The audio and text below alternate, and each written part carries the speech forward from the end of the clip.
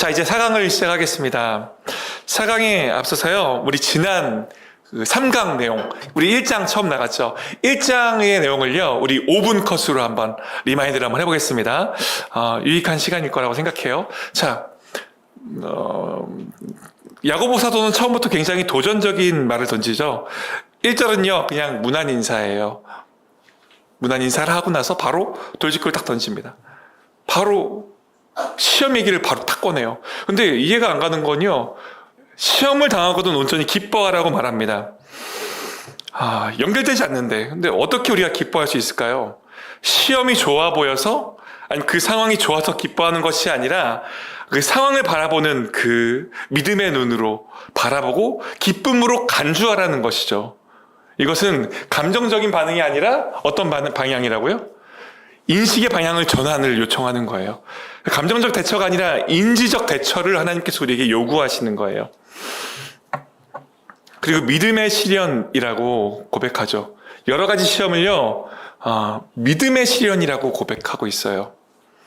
우리를 넘어뜨리기 위한 것이, 우리를 유혹하기 위한 것이 아니라 하나님이 유혹하시지 않으시죠. 여러 가지 시험이요, 바로 믿음의 시련이라고 표현하고 있어요. 그리고 그 시험은요, 우리 믿음을 드러내고 검증하는 그 상황을 믿음의 눈으로 바라보며 기쁨으로 간주하라고 얘기하고 있죠. 우리 시련은요, 우리 믿음을 세워간다는 거예요. 그래서 이렇게 고백하죠. 그래서 헤게오 마이라고 고백하시는 거예요. 그 시험이 우리를 넘어뜨리는 것이 아니라 우리를 일으켜 세우기 때문에 기쁨으로 간주할 수 있다는 것입니다. 또 인내에 대해서 굉장히 강조했죠. 인내. 그 시험이 결국에는 인내를 만들어낸다는 거예요. 인내를요. 그래서 인내를 우리가 이루어 가야 되는데, 인내를 이루어 가는데 첫 번째 필요한 것이 뭐라고 했죠? 지혜. 우리가 경험한 우리의 지식과 우리가 경험한 어떤 상황들로 판단한 것이 아니라, 내 어떤 가치관으로 판단한 것이 아니라, 상황을 하나님의 시각으로 바라보는 것이 바로 소피아, 지혜라고 했습니다. 하나님의 시각으로 상황을 해석하는 거예요. 내 머리가 아니라 하나님의 시각에서. 그렇기 때문에 지혜는 누가 주시는 거예요? 내가 스스로 만들어낼 수 있어요? 아니요. 하나님이 주셔야 돼요. 그렇기 때문에 하나님께 구해야 됩니다. 근데 하나님은요, 지혜를요, 후히 주신대요. 듣기만 해도 참 마음이 따뜻해져요. 하플러스. 너 왜 지금 왔어? 왜 너 이 어려움 시험을 만났는데 왜 이제야 나에게 왔어? 너 그것도 몰라? 꾸짖고 면박하고 야단하신 하나님이 아니라 아낌없이 너그럽게 꾸짖지 않고요, 후히 주세요. 우리가 지혜를 구할 때 하나님은요. 기억하시죠? 용가리 치킨 제 딸 얘기했었는데, 용가리 치킨 다 떨어졌어요. 전 다 딸 다 먹었어요. 전 하나 마지막 먹으려고 했는데 소리가 나서 쳐다보니까 딸이 입을 벌리고 있다는 거죠. 달라는 말도 안 하고요. 달라는 말도 필요 없다는 거예요. 아빠가 반드시 줄 거라는 믿음이 있기 때문에 행동으로 바로 옮겨지는 거예요. 하고요. 안 줄 부모가 있나요? 주죠. 하나님 말씀하세요. 네 입을 크게 열라, 내가 채우리라. 그런데 우리가 입을 크게 열지 않는 것은 우리 눈에 보이지 않아요. 하나님, 내 삶에 역사하시는 신실한 하나님이 보이지 않아요. 그렇기 때문에 입에 들어올 게 없다고 생각해서 입을 벌리지 않아요. 그런데 하나님은 여전히 일하고 계시다. 입을 크게 열면 하나님 채워주신다 말씀하셨죠. 두 번째, 시험 앞에서 우리가 인내를 이루기 위해서는요, 좀 자랑하는 게 인내를 이루는 거라고? 근데 자랑하래요. 우리가 시험을 인내로 온전히 이루기 위해서는요, 자랑하라고 말합니다. 자, 10절 같이 한번 읽어볼까요? 9절, 10절 같이 한번 읽어보겠습니다. 시작.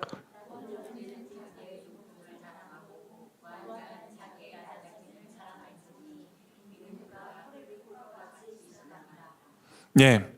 자랑하라고 하는데요. 이거는 교만이 아니에요. 우리 스스로 높이는 게 아니죠.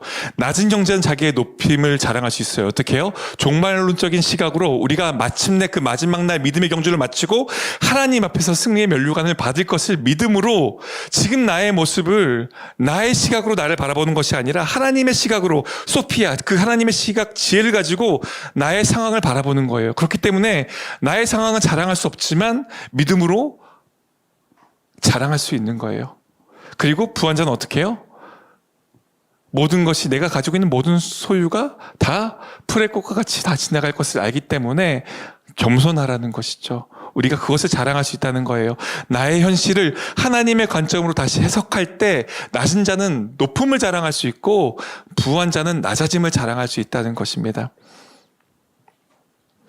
그리고 시험이라는 단어가 12절과 13절이 다르다고 이야기했죠. 12절에서 나오는 시험은요, 우리 믿음을 성장시키시는 테스트.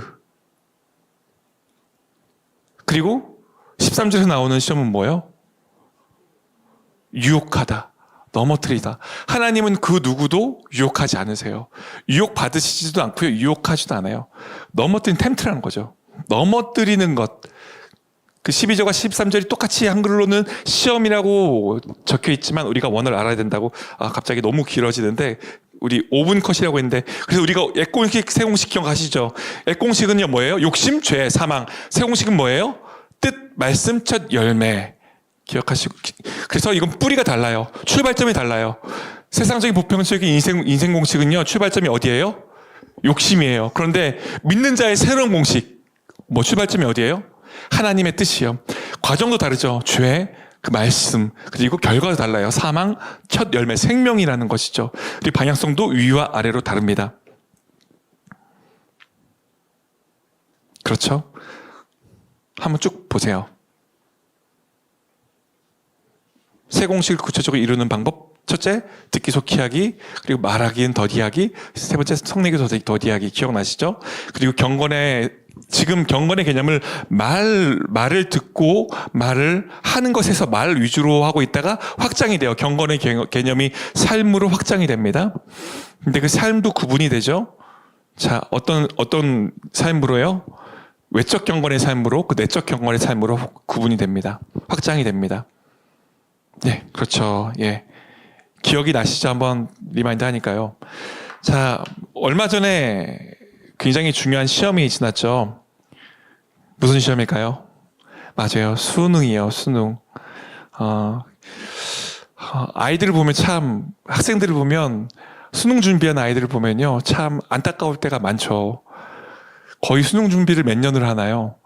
짧게는 3년이라고 하지만 사실 3년이 아니죠. 6년, 길게는 초등학교 다 해서 12년을 수능 준비를 합니다. 젊음의 시절을 다 수능 준비를 하는 거죠. 쉽지가 않죠. 아이들은 시험을 위해서 1년, 길게는 12년을 준비합니다. 또 시험 문제를 내는요, 시험 문제를 제출하는 그 출제위원들의 의도, 출제 경향까지 분석하면서 열심히 수능을 준비해요. 밤잠을 설쳐가죠. 왜 그러냐면요, 그 시험 하나가, 그 수능이라는 시험 하나가 다음 스텝으로 나아가는데 굉장히 중요하기 때문이에요. 그런데 우리에게도요, 중요한 시험이 있습니다. 이건 수능과는 전혀 달라요. 우리 다음 스텝을 결정하는 시험 정도가 아니라, 우리의 인생의 최종 마지막 시험, 최종장이에요. 이 시험은 누구도 피할 수 없습니다. 성경이 말하는 그 시험은 뭘까요? 바로 심판입니다. 우리 히브리서 9장 27절 같이 한번 읽어볼까요? 읽겠습니다. 시작.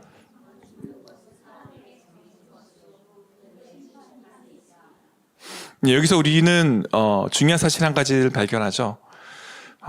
그 사실이 뭐냐? 믿는 자나 믿지 않는 자나 모두가 다 알고 있어요. 모두가 다 인정해요. 이거는 믿지 않는 사람도 인정하는 거예요. 무엇이요?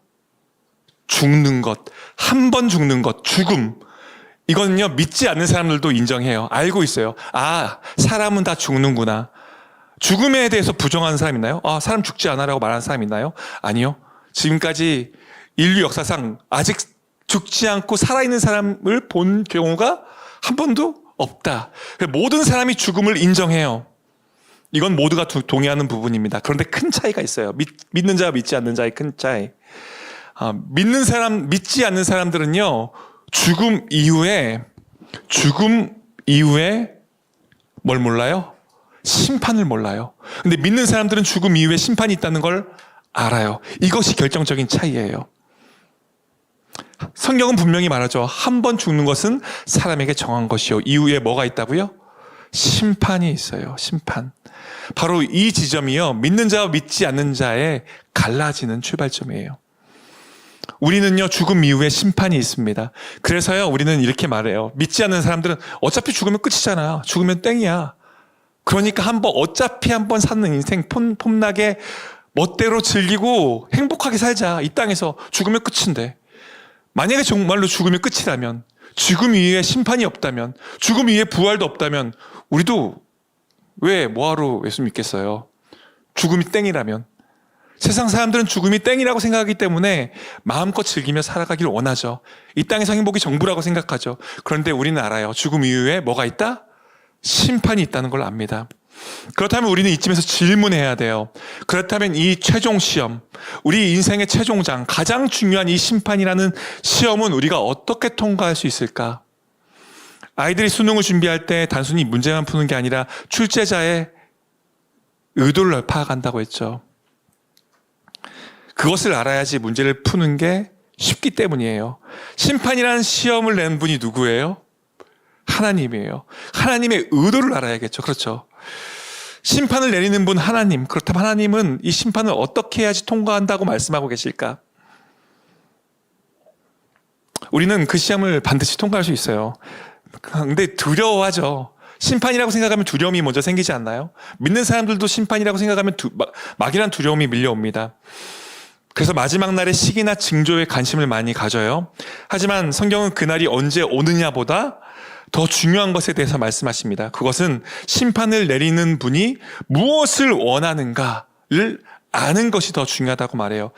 그래서 우리가 오늘 살펴볼 야고보서 2장에서는요. 그것에 대해서 얘기하고 있어요. 그것을 한번 살펴보려고 해요.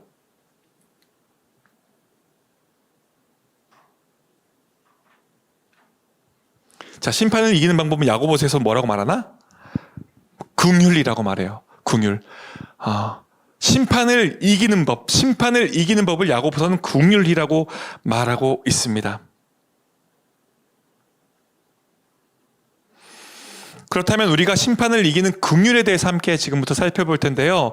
먼저 우리가 심판에 대해서 조금만 더 생각해 볼까요? 첫 번째 질문을 같이 한번 읽어보려고 하는데요. 제가 안 적어왔네요. 제가 한번 첫 번째 질문만 제가 읽을게요. 성경이 거기 프린트물 있죠? 같이 읽을게요. 시작.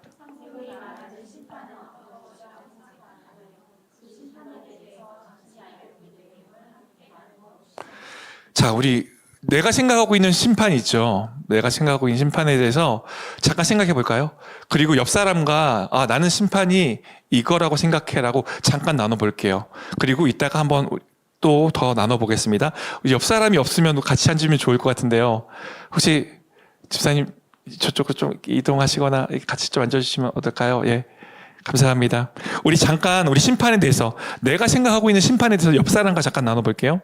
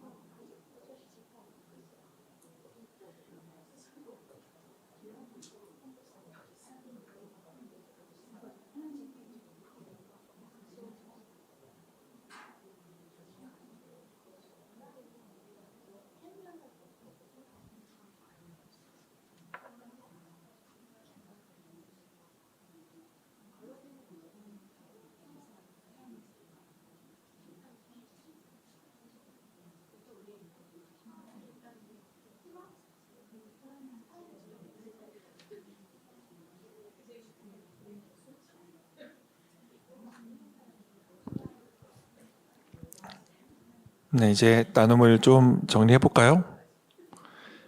네. 그래요. 심판 잘 나누셨어요? 아마 심판에 대한 생각이 비슷할 거예요. 그렇죠.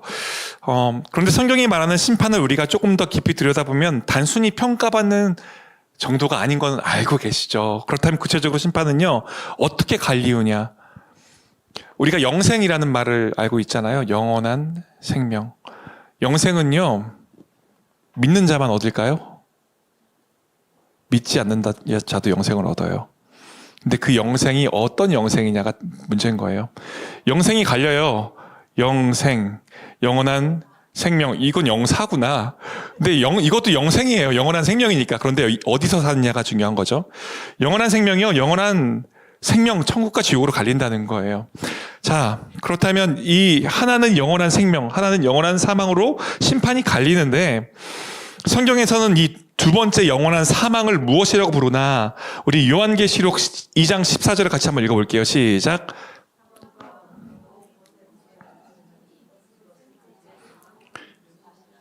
예, 바로 영원한 사망을요, 뭐라고 불러요? 둘째 사망, 곧 불못이라. 요한계시록은 영원한 사망을요, 둘째 사망, 곧 불못이라고 해요. 이걸 몰라요. 믿지 않는 사람들은 이걸 몰라요. 믿지 않아요. 바로 영원한 사망, 곧 불못은요, 하나님의 생명에서 완전히 끊어지는 그 마지막 상태를 말합니다. 성경은 이것을 바로 둘째 사망 불못이라고 하죠. 바로 지옥이라는 거예요. 우리가 흔히 알고 있는 지옥이라고 하는 거예요.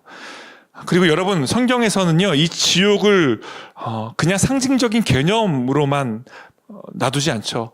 아주 구체적으로 비유하고 있어요. 예수님은 지옥을 말할 때 강렬한 표현을 사용했습니다. 어떤 표현이요? 꺼지지 않는 불, 울며 이를 갈게 되는 곳, 그리고 어두운 데에 내어 쫓기는 곳, 그리고 구더기도 죽지 않는 곳. 이곳이 어디라고요? 지옥이요.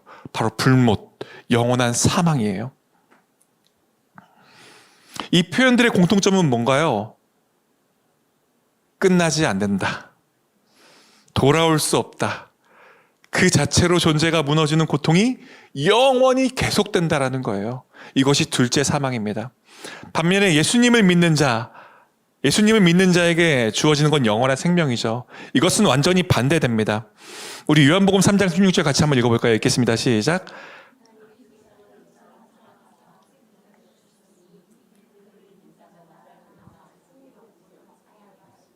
예, 무엇을 얻는다고요? 영생, 이것을 무엇이라고 말해요? 바로 천국이라고 말하는 거예요. 그리고 이 천국은요, 성경에서 많이 비유되죠. 어떻게 해요? 다시는 죽음이 없는 곳, 아픔도 없는 곳, 하나님과 영원히 함께 거하며 얼굴을 대면하는 삶, 그리고 그의 나라에서 그와 함께 다스리는 삶, 영광스러운 삶. 즉 영원한 생명과 영원한 사망, 이 두 길 중 하나로 심판이 끝나는 거예요. 이거를 피할 수 있는 사람은 아무도 없어요. 모든 사람이 예수 그리스도를 믿든 하나님을 믿든 믿지 않든 다 인정하는 게 죽음, 육체의 죽음이죠. 육체의 죽음 그 누구도 피할 수 없어요. 하지만 죽음 이후의 심판 역시 그 누구도 피할 수 없습니다. 그 심판의 분기점이 양과 염소를 가르는 분기점이라는 거예요. 우리가 흔히 알고 있는 천국과 지옥 갈라지는 분기점이라는 것이죠. 우리는 이 사실을 알고 믿고 준비하는 사람들이죠. 그래서 이 공부가, 야고보서가 그래서 중요한 것 같아요. 심판을 이기는 길, 둘째 사망을 피하고 영원한 생명으로 나아가는 그 길을 하나님이 야고보서에서 말씀하고 계세요. 야고보서 2장에서는 그 길이 무엇이라고 말하고 있다? 긍휼이라고 말하고 있어요. 어떻게 보면 좀 생소할 수 있어요. 어떻게 얘기하고 있나 한번 우리가 살펴볼게요. 우리 1절 한번 같이 한번 읽어보겠습니다. 읽겠습니다. 시작.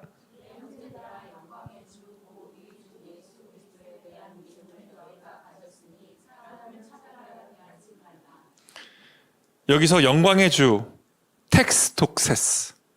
이 표현은요, 신약에서 잘 안 나오는 표현이에요. 신약에서 굉장히 드물게 나와요.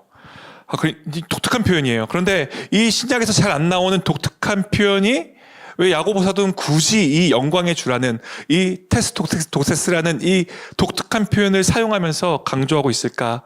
이걸 예수님을 영광의 주라고 표현하고 있는 거예요.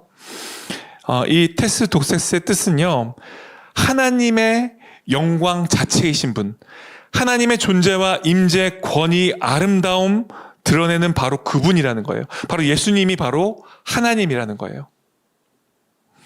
그러니까 예수님은요, 한마디로 그 어떠한 인간과도 비교할 수 없는 절대적 가치의 기준을 가진 바로 하나님 그분이라는 건데, 하나님 본체라는 건데, 영광의 근원이라는 건데, 너희가 믿는 분은 바로 그러한 분인데, 너희가 믿는 예수님은 바로 그러한 분인데, 그러한 예수님을 믿는데 너희는 어떻게 사람을 외모로, 어떻게 사람을 지위로, 조건으로 나눌 수 있냐라고 강력한 메시지를 던지고 있는 거예요.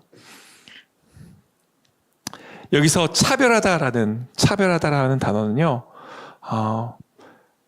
두 원어가 합쳐진 거예요. 프로소폰, 바로 얼굴, 외모, 람바노, 붙잡다, 취하다. 더 명확하게 이해가 되죠. 차별한다는 것은요, 단순히 우리가 느끼는 건 차별한다는 그런 느낌을 넘어서 구체적으로 얼굴, 외모, 옷차림, 재산, 사회적 지위, 배경, 말투, 학벌들 겉으로 보여지는 외모를 보고 그 사람을 대하는 태도가 바로 차별이라는 것입니다. 그런데요, 그 당시 흩어져 있던 교회들의 어떤 문제가 나타났다고요? 개간에서도 다뤘죠. 차별의 문제가 나타났다는 거예요. 차별의 문제. 이 문제가 나타났다는 거예요.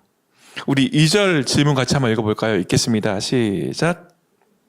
1절에 믿음이 있는 차별하지 말라고.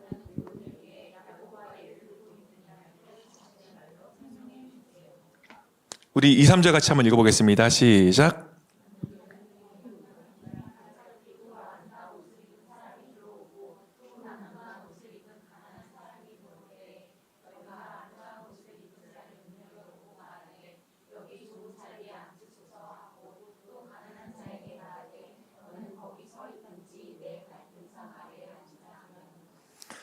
네. 한번 생각해 보세요. 예배가 딱 시작되었어요. 그런데 우리 예배할 때 안내하시는 분들 있죠. 그리고 우리 예배할 때 마주치는 분들하고도 인사도 하죠. 그리고 또 적극적으로 또 처음 보시는 분들을 또 환영하시는 마음들이, 환대하는 마음들이 있는 분들은 적극적으로 인사도 합니다. 안녕하세요 인사도 합니다. 그런데 이렇게 근사하게 옷 입은 자가 찾아오고 이렇게 남루한 옷을 입고 있는 자가 찾아왔을 때 태도가 다른다는 거예요. 그림에서 보는 것처럼 금가락지를 끼고 근사하게 옷 입은 자에게는 좋은 자리로 안내하겠습니다라고 얘기하면서 남루한 자를 무시한다, 모른 척, 못 본 척 한다는 것이죠. 야고보가 묻습니다. 이렇게 행동하는 것이 서로를 차별하며 악한 생각으로 판단하는 것이 아니냐? 악한 생각으로 판단하는 것이다라는 것이죠. 즉 겉모습의 그 기준으로 사람을 평가하는 것, 그 사람의 가치와 존엄을 어떤 외적인 조건으로 나누는 것, 그것이 바로 차별이라는 거예요. 당시 금가락지는요, 금가락지를 끼고 있나요? 이거 챗 GPT로 만든 거예요. 텍스트 입력하고 만들어달라고 하니까 이렇게 만들어줬어요. 신기하죠? 금가락지도 껴달라고 했는데 안 껴줬네요. 아직 거기까지는 안 되는 것 같아요. 당시 금가락지는요, 굉장한 지위, 높은 지위를 상징했어요. 그리고 남루한 옷을 입었다는 것은요, 신분이 낮은 자를 상징했죠. 그런 계층들을 나누는 대표적인 표현이었어요. 교회가 그런 기준으로 사람을 대했다는 것은요, 사실상 세상의 기준, 세상의 가치가 교회로 들어왔다는 거예요. 야고보는 이 차별에 대해서 강력하게 경고하는 거예요. 어떻게 해요? 3절의 질문에 나와요. 같이 한번 읽어보겠습니다. 시작. 우리가 서로 차별하는 것은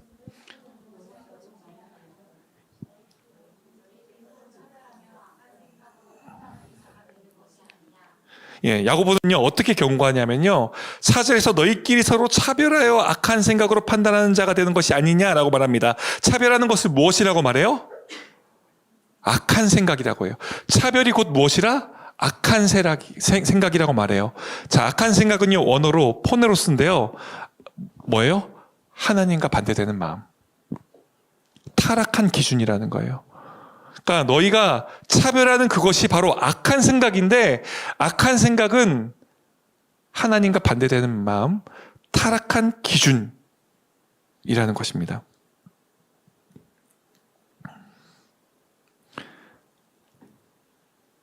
즉 야고보가 말하는 차별은요, 곧 악한 생각이며, 차별하는 표정 하나, 행동 하나가 조금 이거 조금 불편한데, 불쾌한데, 이거 나쁜 거 아니야 정도가 아니라, 하나님과 정반대되는 내 마음이라는 거예요.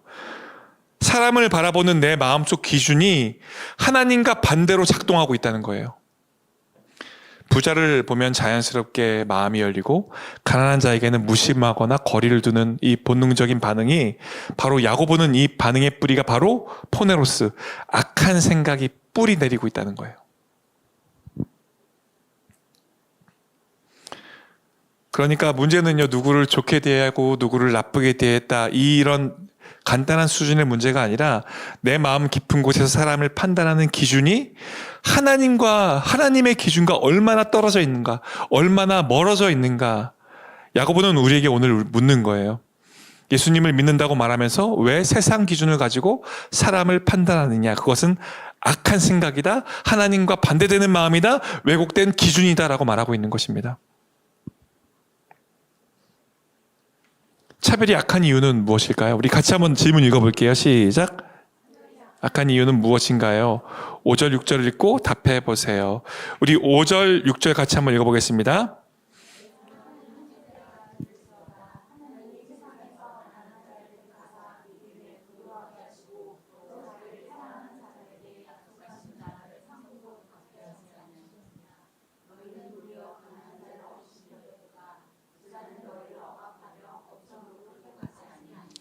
야고보는 하나님이 세상에서 어떠한 자를 택했다고 해요? 가난한 자를 택했대요. 가난한 자를 택하셨다고 말해요. 여기서 가난한 자는 단순히 돈이 없는 사람을 뜻하지 않아요. 그러니까 물질 경제적인 가난도 뜻하긴 해요. 그런데 다른 의미도 내포하고 있어요. 어떤 가난한 자는 어떤 의미예요?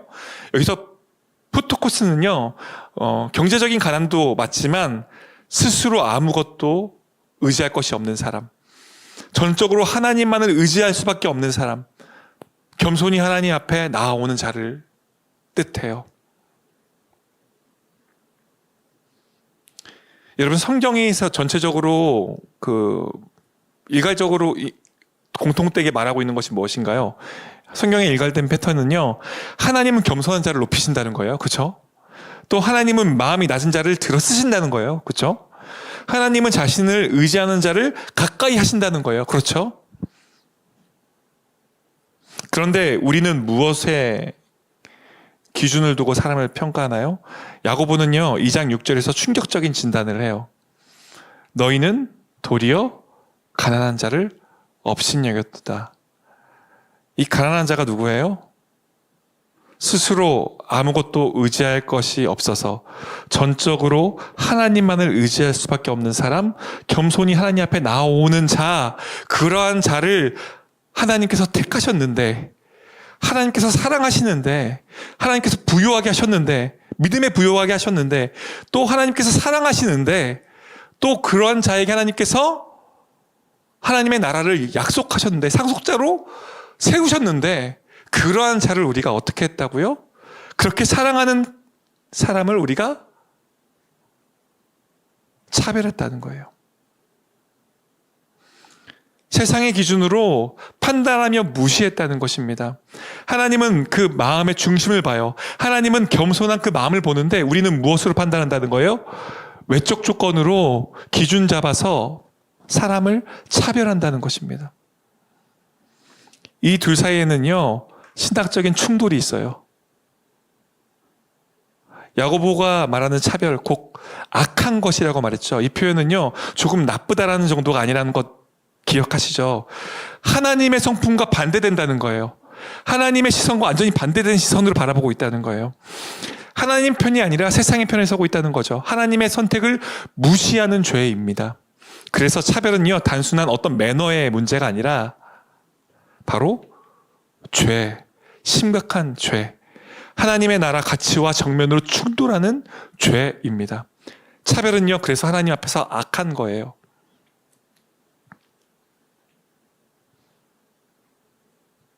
자, 우리 5번 문제 같이 한번 읽어볼까요? 5번 문제입니다. 같이 한번 읽어보겠습니다. 시작.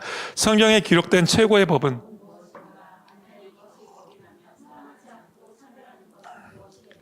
우리 8절 9절 같이 한번 읽어볼게요. 너희가 만일 성경에 기록된 대로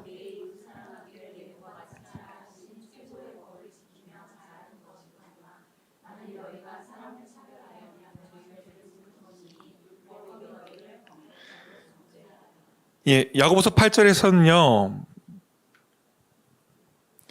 최고의 법이라는 표현이 나오죠. 최고의 법. 최고의 법은 헬라어로요, 바실리코스 노모스.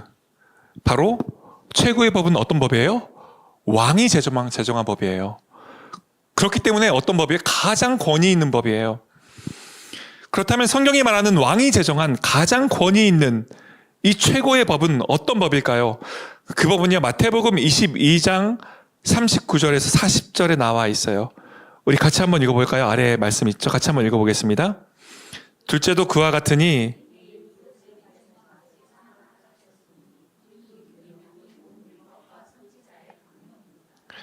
즉 최고의 법은 무엇이다?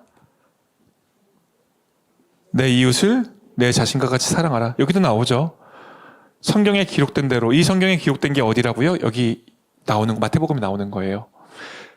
최고의 법, 왕이 제정한 최고의 권위를 가진 최고의 법이 어떤 법이라고요? 사랑의 법이라는 거예요. 사랑의 법. 최고의 법은 사랑의 법이라는 것입니다. 성경은 모든 율법이 결국 사랑의 법으로 향하고 있다고 말합니다. 그래서 사랑을 지키는 사람은요, 율법 전체를 이루는 거예요. 하나님의 나라는 힘이나 자격이 아니라 바로 긍휼과 사랑으로 이루어집니다. 따라서 하나님의 백성이 따라야 할 가장 높은 기준도 사랑이에요. 그런데 중요한 점이 하나 있어요. 야고보는 9절에서 이렇게 말하죠. 같이 한번 9절 읽어볼까요? 시작.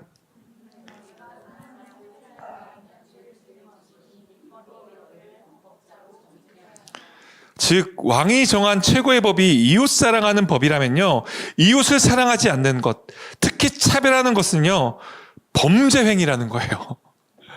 야고보는 차별을 단순한 실수로 어떤 매너가 없다, 어떻게 저렇게 행동하지 정도로 보지 않아요. 이것을 바로 하나님의 생각과 하나님 기준과 척을 지는 범죄, 악한 행동이라고, 범죄라고 말합니다. 율법을 어기는 범죄라고 선언하고 있어요. 우리 6번 질문 같이 한번 이어서 읽어볼까요? 읽겠습니다. 시작. 결국 우리가 사랑해야 하는 이유를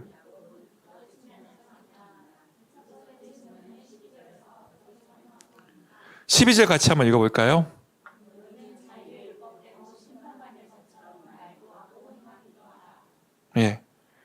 너희는 자유의 율법대로 심판받을 자처럼 말도 하고 생각하기도 행하기도 하라. 말도 하고 행하기도 하라. 야고보는요, 12절에서 우리에게 이렇게 명령합니다. 자유의 율법대로 심판받을 자처럼 말하고 행하라.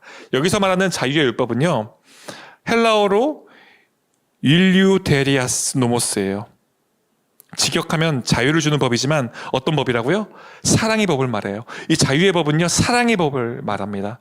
그러니까 야고보는 단순하지만 우리가 결코 피할 수 없는 사실을 말하고 있는 거예요. 너희는 사랑의 기준으로 심판을 받을 사람들이라고. 하나님 앞에서는 그 마지막 날 우리가 어떤 기준으로 심판을 받는다고요? 사랑의 기준으로 심판을 받는다는 거예요. 우리가 어떤 직업을 가졌는지, 우리가 얼마나 성공했는지, 우리가 어떤 경력을 쌓았는지, 교회에서 얼마나 많이 봉사했는지, 이런 것들이 아니라 너 얼마나 사랑하다 왔어? 너 얼마나 사랑하다 왔어? 너 얼마나 사랑으로 사람들을 대했어? 연약한 자들을 어떻게 사랑으로 섬겼어? 이것이 하나님 앞에서 우리의 삶을 가르는 심판의 기준이라는 거예요. 야고보는 말합니다. 마지막 심판의 기준이 사랑이라면 지금부터 사랑을 기준 삼아서 행동하고 살아라 라고 말하는 것이죠. 이게 첫 번째 이유라는 거예요. 자, 두 번째 우리가 사랑해야 되는 이유 무엇일까요? 우리 같이 한번 읽어볼까요? 질문 같이 한번 읽어볼게요. 시작.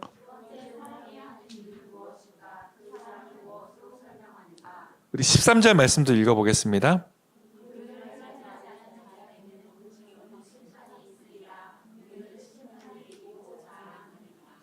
먼저 13절에서는요. 사랑을 무엇이라고 표현하고 있나요? 가장 딱 찾아보세요. 가장 반복적으로 많이 나오는 단어. 그렇죠. 13절에서는요. 사랑을요. 긍휼로 표현하고 있어요. 자, 긍휼은 헬라어로 엘레오스, 자비, 불쌍히 여김. 13절은 사랑을 긍휼, 자비, 불쌍히 여김으로 표현하고 있어요.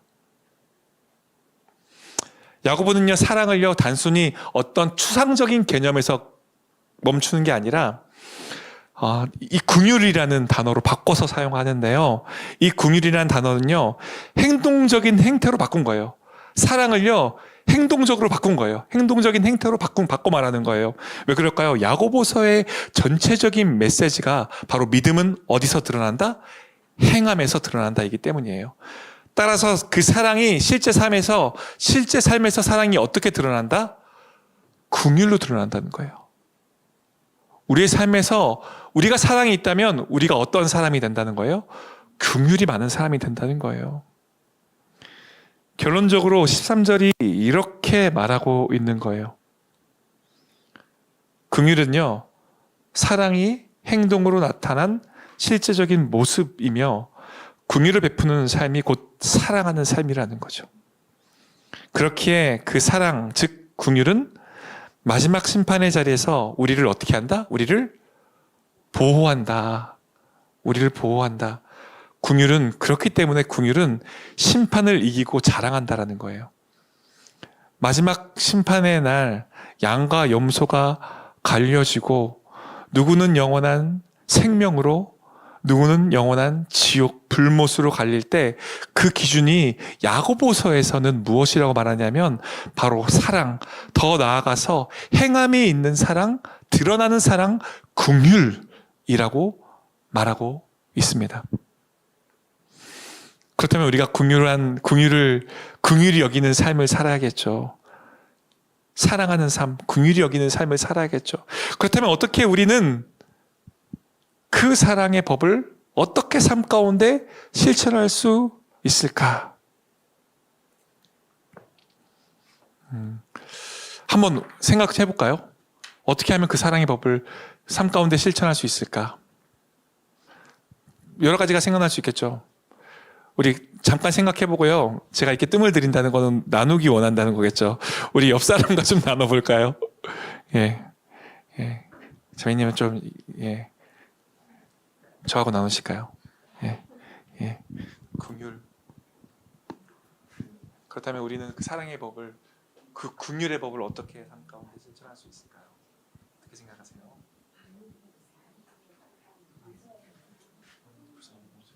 구체적으로 뭐 어떤 방법들이 있었어요? 불쌍히 용서해주고, 맞아요. 너무 중요해요. 이게 잘 안 되죠.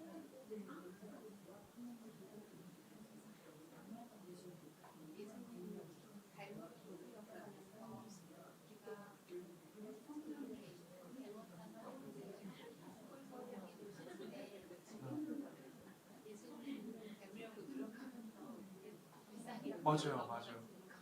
혹시 아직 긍휼히 여기지 못한 사람이 있으신가요? 맞아요.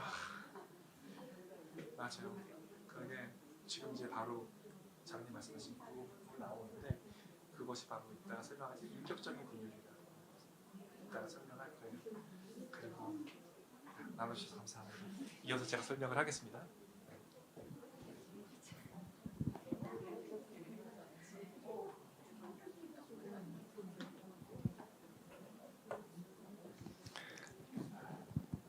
긍휼을 실천할 수 있는 방법들은 많은 것 같아요. 그렇죠. 다양하게 나누시는 것 같은데요.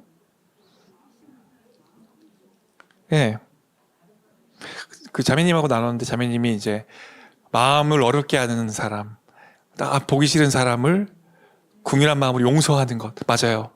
자, 우리 세 가지로 한번 나눠볼게요. 우리가 그럼 어떻게 우리 사랑의 법, 긍휼의 법을 실천할 수 있을까? 세 가지 방법으로 나눠볼게요. 실천적인 거예요. 첫 번째, 영적인 긍휼. 영적인 긍휼로 생각할 수 있어요. 바로 이건 복음을 전하는 사람이에요. 긍휼히 여겨요. 어떤 사람을요? 예수님을 모르는 사람을 긍휼히 여긴다는 거예요. 이것이 바로 영적인 긍휼이라는 거예요. 아직 하나님을 모르는 이들에게, 아직 하나님의 사랑을 모르는 이들에게 구원, 복음을 전하는 거예요.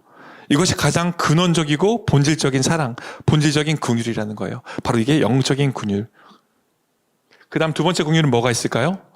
관계적인 긍휼이에요. 바로 이게 아까 자매님이 말했던 나를 아프게 했던 사람, 나에게 상처 줬던 사람, 절대로 이 사람만큼은 용서할 수 없어라는 사람을 용서하는 거예요. 어떻게 용서할 수 있어요?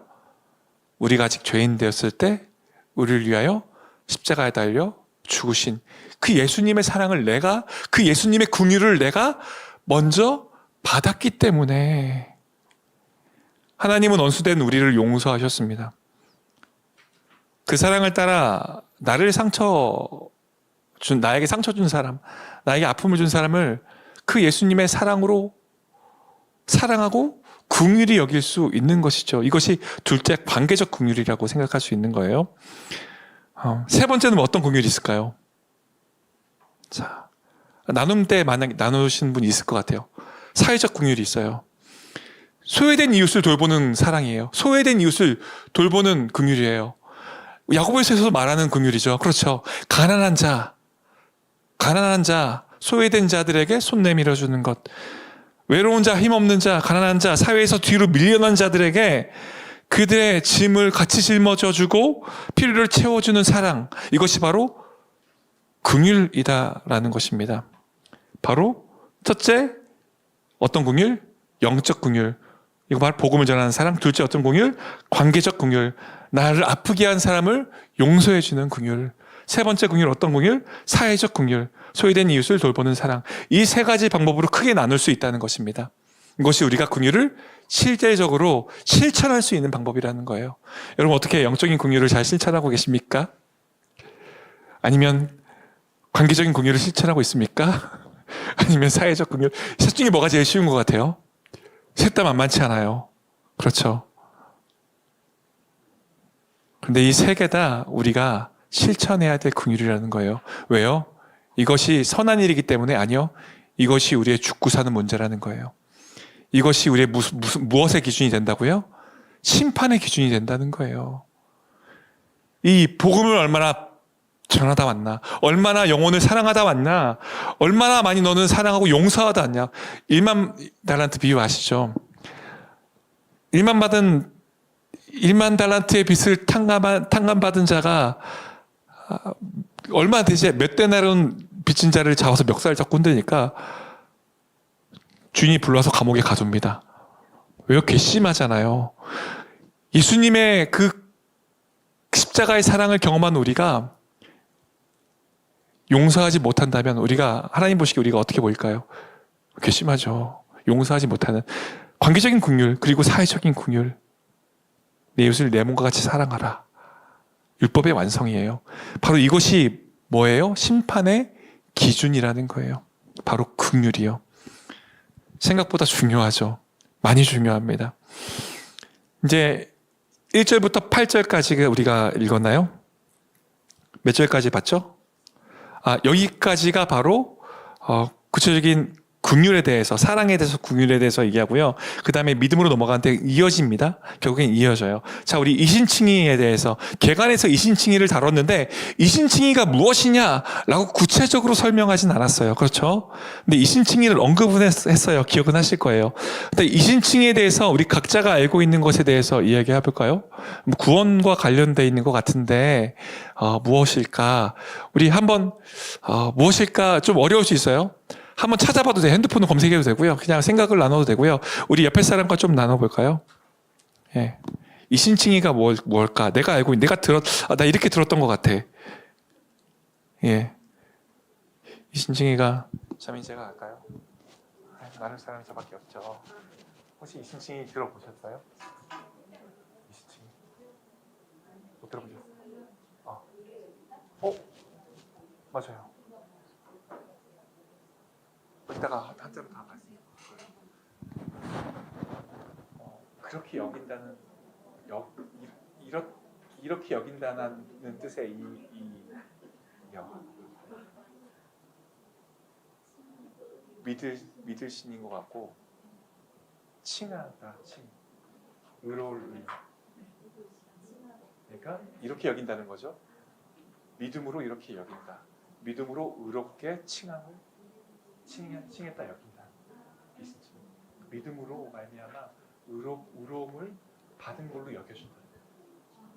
믿음으로 말미암아. 맞아요.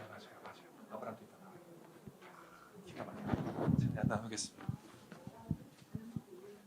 자, 대충 나누신 게 맞을 거예요. 맞을 거라고 생각해요. 자, 이 신칭이 한자로 보면요. 뒤로 갔네. 자, 보면요. 무엇 이가 어떤 의예요? 무엇으로서 이. 신은 뭐예요? 믿을 신. 칭은 뭐예요? 일컬을 칭. 의는 뭐예요? 의로울 의. 즉 믿음으로 의롭다 불러주심을 받는다라는 뜻입니다. 성경에서 말하는 칭의는요, 내가 의로워져서가 의인이 아니라 하나님께서 나를 그냥 의롭다고 불러주시는 거예요.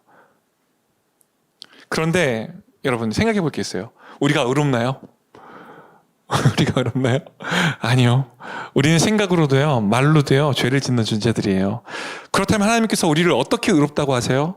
하나님은 근거 없이 우리를 의롭다고 말씀하시지 않으세요. 하나님은 거짓말을 하지 않으시죠. 하나님은 분명히 근거가 있기 때문에 우리를 의롭다고 하실 텐데 그 의로움의 근거가 무엇이냐? 네, 맞아요. 바로 예수 그리스도라는 거예요. 그 예수 그리스도가 우리를 의롭다라고 여기는 근거가 된다는 거예요. 이 신칭의의 핵심은요, 십자가에서 일어난 일이에요. 바로 전가, 위대한 교환이라는 거예요. 어떤 전가, 어떤 위대한 교환이 일어났나 보세요. 우리의 죄가 예수님께 전가됐어요. 우리의 죄가 예수님께 전가됐어요. 그런 말미암아 예수님은 우리의 모든 죄를 담당하시고 형벌 받으셨죠. 또 어떤 위대한 전가, 어떤 위대한 교환이요? 예수님의 의가 우리에게 전가됐어요. 그분의 의가 우리에게 덧입혀진 거예요. 우리의 죄가 예수님께 가고 예수님의 의가 우리에게 온 거예요. 그래서 하나님은 우리의 상태가 아니라 그리스도의 의 때문에 우리가 그리스도의 의를 덧입고 있으니까 우리를 의롭다라고 여겨주시는 거예요. 우리 상태를 봤을 때 어때요? 우리는 여전히 악한 생각을 해요. 우리는 여전히 외모를 보고 사람을 판단할 수밖에 없어요. 우리는 그 마음의 중심을 볼 수 없는 연약한 지혜, 소피아를 가지고 하나님의 시선으로 사람을 바라보기 너무나도 힘든 존재이기 때문에 우리는 외모를 보고 차별하는 마음이 들긴 해요. 악한 생각을 품을 수밖에 없는 죄인이에요. 그게 바로 우리의 상태예요. 그런데 하나님은 우리 상태를 보고 말씀하신다, 말씀하시지 않는다? 말씀하시지 않아요. 하나님이 우리를 상태로 보는 게 아니라 예수 그리스도를 통해서 덧입혀진 의를 보시고 우리를 의롭다라고 여겨주시는 거예요. 그렇기 때문에 이건 상태의 변화가 아니에요. 무엇의 변화예요? 신분의 변화예요. 신분의 변화. 상태의 변화. 그러므로 의신칭의는요, 상태의 변화가 아니라 신분의 변화입니다. 신분의 변화. 십자가에서 이 놀라운 변화가 이루어진 거예요. 이 놀라운 신분의 변화가 일어난 거예요.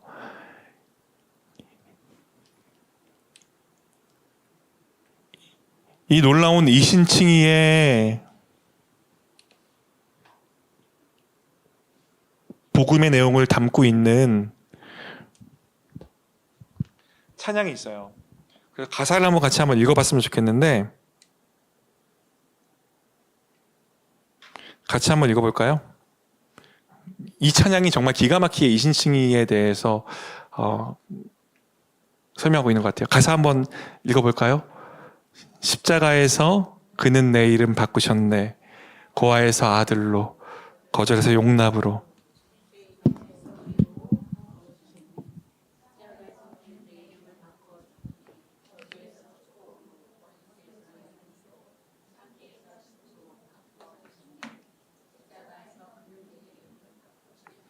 예, 십자가에서라는 찬양입니다. 이 찬양을 원하시면 제가 조금 같이 나누고 싶은데 제가 정말 좋아하는 찬양이거든요. 괜찮을까요?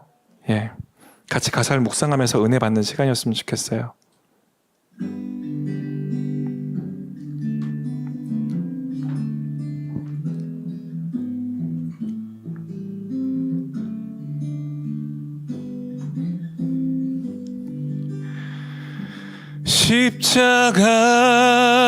십자가에서 그는 내 이름 바꾸셨네. 십자가에서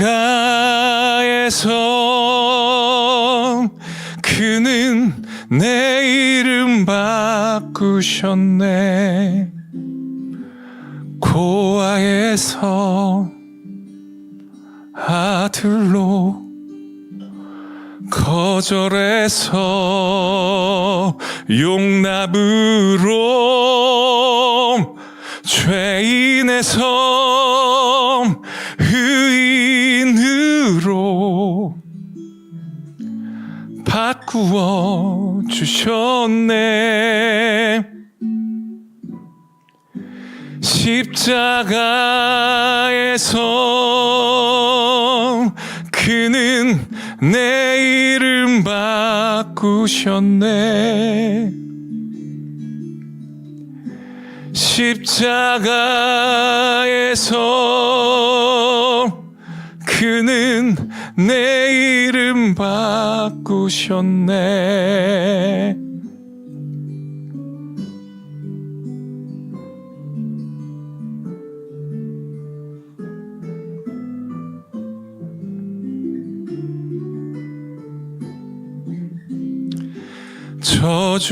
저주에서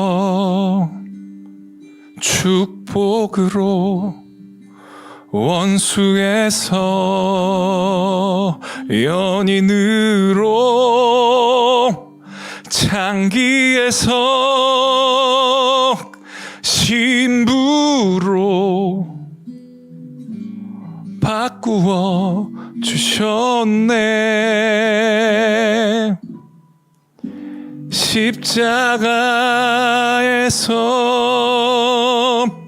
그는 내 이름 바꾸셨네. 십자가에서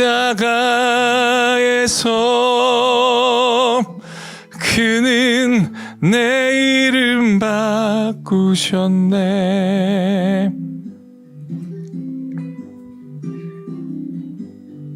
이게 이신칭이라는 거예요.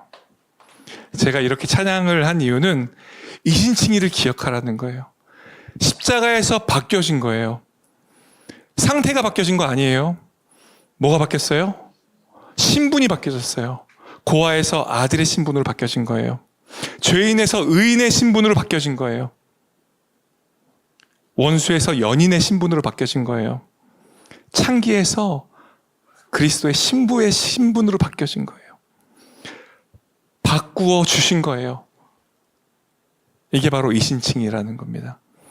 이것을 여러분 반드시 기억하시길 바랍니다. 그래서 우리의 상태에 따라 흔들릴 필요 없어요. 내 감정에 따라 흔들릴 필요 없어요.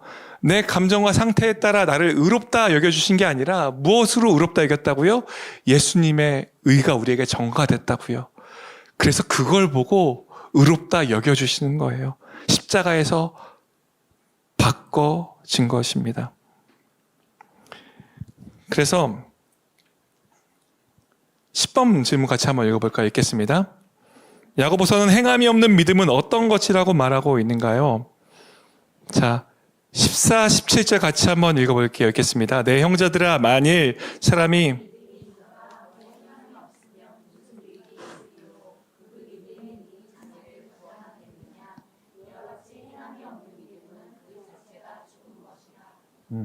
야고보가 아주 직설적으로 묻고 있죠. 행함이 없는 믿음이 과연 무슨 유익이 있겠냐? 유익이 없다라는 거예요. 행함이 없는 믿음은 유익이 없다라고 말하고 있는 거예요. 여기서 유익으로 번역된 헬라어 오펠로스는요, 단순히 도움이 되겠냐? 이런 뜻이 아니라 실질적인 효과, 결과, 그러니까 실질적인 효과가 있겠냐? 어떤 결과를 낼 수 있겠느냐? 그럴 수 없다라는 거예요. 아무런 경험, 아무런 효과도 없고 아무런 결과도 만들어내지 못한다는 것입니다. 행함이 없는 믿음이요. 그래서 야고보는요, 과감하게 말하죠. 그 믿음이 능히 자기를 구원하겠느냐? 그 믿음이 능히 자기를 구원하겠느냐? 이 말은 그 믿음이 구원한다 못한다? 못한다는 거예요. 행함이 없는 믿음은 자기를 구원하지 못한다는 것입니다. 반대로 행함이 있는 믿음이 구원한다는 거죠.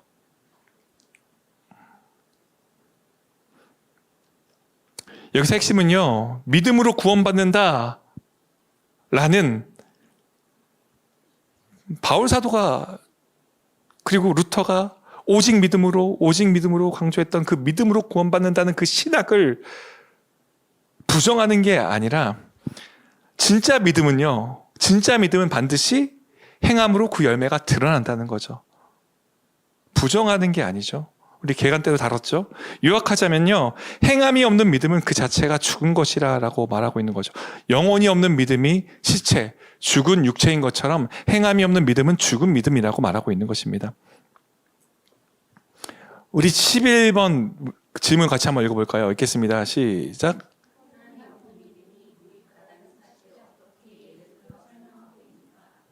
자, 15, 16절을 같이 한번 읽어볼까요? 읽겠습니다.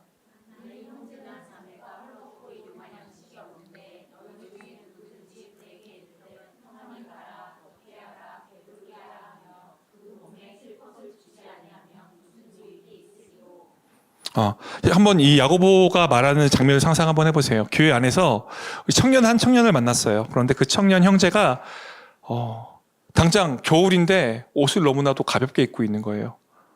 근데 요즘에는 그 정도로 가난한 자매는 만나기 힘들어요. 근데 정말 만났다고 생각해봐요. 교회에서 어떤 형제를 마주쳤는데 한겨울인데 옷을 너무나도 얇게 입고 있어요. 그런데 우연히 그 형제 집안이 어렵대 라는 이야기를 들었어요. 몇 번 그런 상황을 마주했어요. 교회에서 우연히 한 자매를 만났는데 유난히 말라 보여요. 그런데 많이 말랐구나 생각했는데 그 자매가 집안 형편이 어렵대요. 요즘에 음식을 잘 못 먹고 있대요. 그 얘기를 들었어요. 너무 마음이 아파요. 그래서 그 형제 그 자매를 만났어요. 그리고 이야기를 나눕니다. 따뜻한 옷을 잘 입고 맛있는 걸 많이 먹었으면 좋겠어 라고 위로해주고 격려해줍니다. 그리고 기도해줘요. 그리고 헤어집니다. 뭐가 좀 이상하죠? 그렇죠. 어떻게 보면 나 비웃는 건가? 나 지금 놀리는 건가? 라는 생각이 들 수도 있어요. 뭐가 빠졌어요? 행함이 빠졌다는 거예요. 말은 멋있는데 마음에는 긍휼이 있는 것 같은데 빈말은 아닌 것 같은데 그런데 행함이 빠졌어요. 그 사람에게 도움이 안 될 수 있다는 거예요. 상처만 될 수 있다는 것입니다. 야고보는 바로 이 지점을 정확히 꼭 집어서 이야기하는 거예요. 행함이 없는 믿음도 딱 이와 같다. 따뜻한 말 한마디가 아니라 실제 행동이 없는 믿음은 사람을 살리지 못하는 믿음, 바로 죽은 믿음이다 라고 선언하고 있는 것입니다. 그렇다면 야고보는요, 그 믿음을 증명하는 법을 어떻게 설명하고 있는가? 그리고 이어지는 귀신 예화가 나오는데 그 의미는 무엇인가? 좀 생뚱맞게 나온다 싶기도 한데요. 그 의미가 무엇인가? 우리 한번 18절 같이 한번 읽어볼까요? 읽겠습니다. 시작.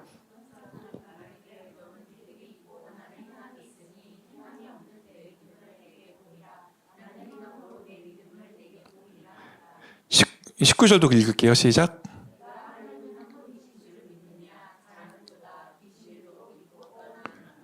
야고보 사도가 반복적으로 말하는 단어가 18절에 있죠. 어떤 단어가 반복적으로 나오나요? 행함이요. 행함. 행함이라는 단어는요, 헬라어로 에르가인데 뜻이 열매, 드러내는 결과라는 거예요. 그러니까 행함은요, 열매로 드러나야 돼요. 행함은요, 결과로 드러나야지. 그게 행함이에요. 그런데 야고보가 말하는 이 행함이란 어떤 단순한 움직임이나 반응이 아니라 반드시 열매나 결과로 드러나야 된다는 거예요. 그 얘기를 하면서 귀신의 믿음의 그 애화를 들어요. 재밌게도. 자, 귀신들도 믿고 떠느니라 라고 말하죠. 19절에서요. 귀신들도 믿고 떠느니라라고 나오죠. 그죠? 여기서 떠느니라라는 헬라어는요, 프리소신인데요. 전율하다. 몸서리치자요. 귀신들도 믿고 전율한대요. 귀신들도 믿고 소름 끼쳐 하는 거예요. 무엇을 믿어요? 하나님이 한 분인 줄 믿는다는 거예요. 귀신들도 예수님이 누군지 안다는 거예요. 그래서 예수님도 귀신을 만나면요, 예수님이 그 기적과 이적을 행할 때 귀신 들린 그 군대 귀신 들린 자를 만나죠. 그래서 너희 이름이 무엇이냐라고 물으시죠. 그러니까 군대입니다. 무리입니다. 당장 거기서 떠나가잖아요. 그때 마주쳤을 때 귀신이 한 말이 뭐예요? 당신이 무엇이간데 나와 무슨 상관이 있간데 나를 이렇게 괴롭게 하나이까 이렇게 말하죠. 두려워 떨면서. 귀신도 예수님을 보면 떨어요. 왜요? 믿음이 있는 거예요. 예수님이 누군지 아는 거예요. 믿는 거예요. 예수님이 어떤 분인지, 하나님이 한 분인지 믿음으로 전율하고 몸서리쳐요. 귀신도요. 믿고 떨어요. 그런데 우리가 이 귀신한테 믿음이 있는 귀신이네 이렇게 얘기하나요? 아니요. 왜요? 에르가가 없어요. 열매가 없어요. 드러나는 결과가 없어요. 에르가가 빠졌다는 거예요. 반응은 해요. 머리나 지식은 있는 거예요. 그런데 뭐가 없어요? 에르가가 없어요. 행함이 없어요. 열매가 없다는 거예요. 그렇기 때문에 귀신은 믿음이 있다고 말할 수 없는 거죠. 그러니까 이 비유는 야고보 사도가 뭘 말하기 원하는 거냐면, 네 믿음을 말로만 보여주지 말고 결과가 드러나는 행동으로 증명해. 너의 믿음에 행동이 없다면, 결과가 없다면, 열매가 없다면 너의 믿음은 여기 나오는 귀신의 믿음하고 다를 게 없어 라고 말하고 있는 거예요. 충격적으로 말하고 있는 거죠. 충격적인 비유입니다. 너 열매 없고 너 믿음이 있다고 말하는데 너 열매 없고 너의 행함이 없고 드러나는 게 없다면 너 지금 귀신도 하나님의 이름 믿고 떨어. 그거하고 똑같은 거야 라고 얘기하고 있는 것입니다. 바로 그 정도의 믿음이라고 말하는 것입니다. 그리고 탄식해요. 탄식합니다. 우리 20절입니다. 20절 같이 한번 읽어볼게요. 시작.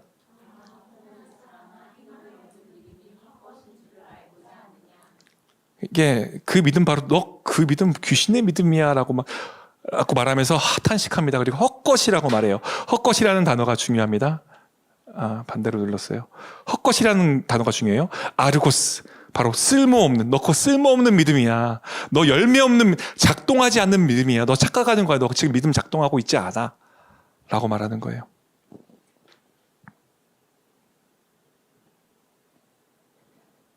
이 내용을 설명하기 위해서 야고보는 두 사람의 예를 듭니다. 먼저 아브라함의 예를 들어요. 우리 21절부터 24절까지 말씀 우리 교독할까요? 제가 먼저 읽겠습니다. 우리 조상 아브라함이 그 아들 이삭을 제단에 바칠 때에 행함으로 의롭다 하심을 받은 것이 아니냐.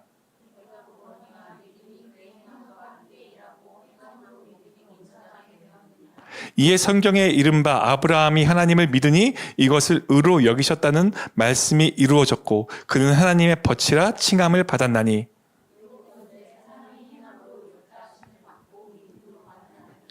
예.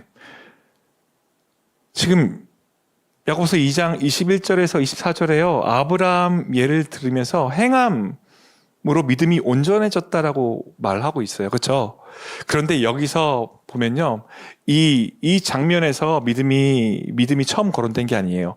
이삭이 드려질 때 이 장면에서 믿음이 처음 거론된 게 아니라 창세기를 보면요, 이 장면이 창세기 나오잖아요. 창세기를 보면 창세기 15장에 아브라함이 여호와를 믿으니 여호와께서 이를 그로 여기시고, 이 창세기 15장 이때가 무슨 이야기가 오가냐면 환상 가운데 아브라함에게 천사가 말해줘요. 너 자녀 가질 거야. 알아요.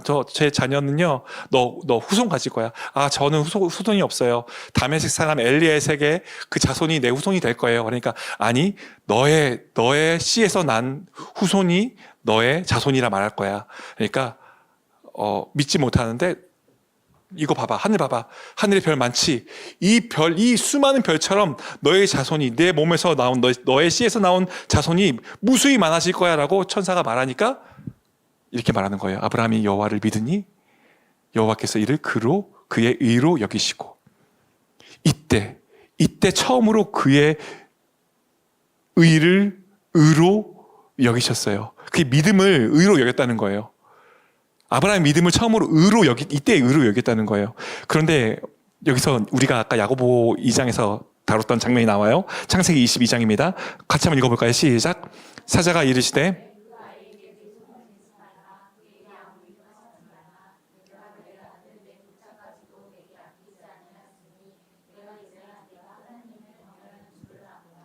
예, 이제야 하나님을 경외하는 줄 아노라. 이때 그 믿음을 의로 여기셨어요. 그런데 이제야 하나님을 경외하는 줄 아노라라고 그렇게 하나님 말씀하세요. 여기서 아노라라는 그 야다. 이제 드러났다. 이제 확인되었다. 이제서야 네가 하나님을 경외하는 그 믿음이 증명됐어. 이제서야 그 믿음이 드러났어. 이제서야 그 믿음이 확인됐어. 어떠한 장면에서요? 자녀 이삭을 잡으려고 하는 그 행함을 믿음으로 표현하는 그 장면에서 그래, 이제 드러났어. 이제 확인됐어. 이제 증명됐어라고 말하는 거예요. 뭐가? 너의 믿음이 증명됐어라고 말하는 겁니다. 즉 믿음은요, 행함을 통해 증명된다는 사실을 분명히 말하고 있는 거예요. 그 다음 또 라합의 얘기가 나와요. 믿음은 행함을 통해 증명된다는 거예요. 그 다음에 라합의 얘기가 나오죠. 야고보서 22장 25절은 이렇게 말합니다. 같이 한번 읽어볼게요. 시작. 또 이와 같이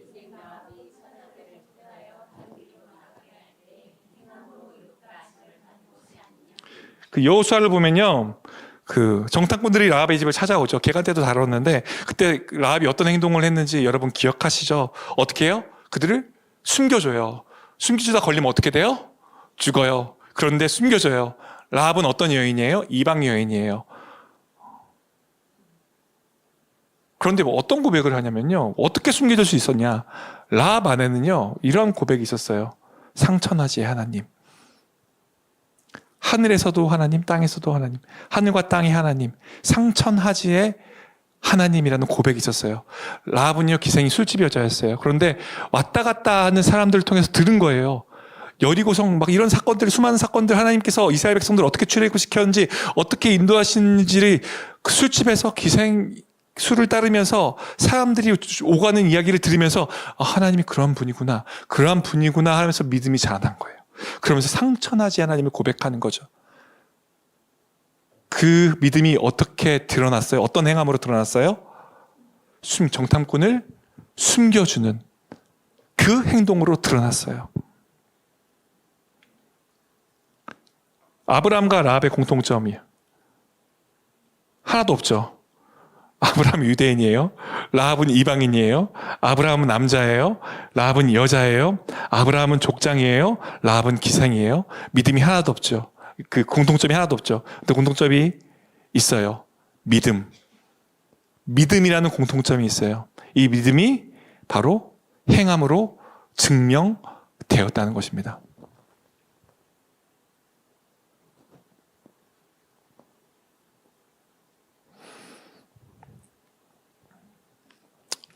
이어서 26절에서 이렇게 결론 짓죠. 같이 한번 읽어볼까요? 시작.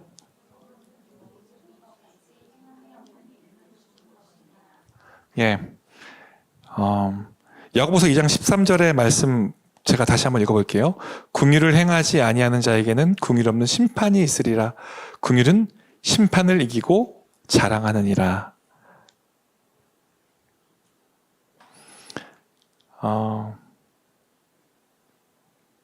행함이 없는 믿음은요, 보시는 것처럼 육체의 영혼이 없으면 시체죠. 믿음의 행함이 없으면 죽은 믿음이라는 거예요. 이제 강의를 정리하려고 해요. 하나님이 우리에게 원하시는 믿음이 어떤 믿음인가? 마지막 심판대 앞에서 우리들이 붙들어야 될 믿음이 어떤 믿음인가? 마지막 심판대 앞에서 양과 염소로 구분되는 그 출제자의 출제의 의도가 무엇인가? 하나님이 무엇을 기준 삼으셨나? 바로 긍휼이라는 거예요. 사랑인데 사랑이 행함이 없는 사랑이 아니라 행함이 있는 사랑, 긍휼로 드러나는 것. 이 긍휼을 행하는 것이 뭐다? 바로 믿음으로 증명된다는 거예요. 우리가 의롭기 때문에 의롭게 된 것이 아니라 하나님의 긍휼이 먼저 우리를 의롭게 만들었죠. 우리의 상태는 어떤 상태예요? 여전히 죄인된 상태예요. 여전히 우리의 가치로 하나님의 소피아, 하나님의 지혜로 판단하는 것이 아니라 우리의 생각과 우리의 보여지는 외적인 기준으로 사람을 차별하는 악한 자예요. 그런데 우리를 어떻게 여겨줬어요? 의롭다 여겨줬어요. 우리의 모든 죄가 하나님께 전가되고 예수님께 전가되고 하나님의 의가 우리에게 전가되면서 우리가 이신칭이 의롭다 칭함을 받았어요. 우리가 그 긍휼하심을 먼저 받은 우리에게 믿음이 있다면 우리의 그 믿음이 무엇으로 드러나야 된다고 야고보 사도는 말하고 있는 거예요? 그 사랑, 그 긍휼을 받은 우리에게 믿음이 있다면 우리에게도 그 믿음이 사랑, 그 긍휼로 드러나야 된다는 것입니다. 그리고 그 긍휼로 드러나는 믿음이 살아있는 진짜 믿음이라는 것입니다. 그 믿음으로 마지막에 너희가 영원한 죽음, 영원한 사망, 불못 둘 중에 하나로 심판받을 거라고 야고보서에서는 그렇게 말하고 있어요. 정리하면 야고보서 2장은요 우리에게 이렇게 외치고 있는 거예요. 하나님의 긍휼로 의롭다 하심을 받았다면 우리의 믿음도 긍휼로 드러나야 한다. 긍휼로 심판을 이겨라. 그리고 이는 우리를 정죄하려고 하는 말씀이 아니라 너 왜 그거밖에 못해? 너 왜 긍휼히 여기지 못해? 너 왜 이게 아니라 우리에게 주어진 그 이신칭의의 은혜, 그 사랑을 우리가 기억한다면 그것이 자연스럽게 흘러갈 수밖에 없다는 거예요. 그 은혜가 흘러가기 원한다는 것입니다. 그것이 바로 하나님의 우리를 향한 부르심이라는 것입니다. 저와 여러분의 믿음이 말씀처럼 심판을 이기는 긍휼의 열매로 자라나기를 축복합니다. 예, 이것으로 4강 강의를 마치도록 하겠습니다. 예, 수고하셨습니다.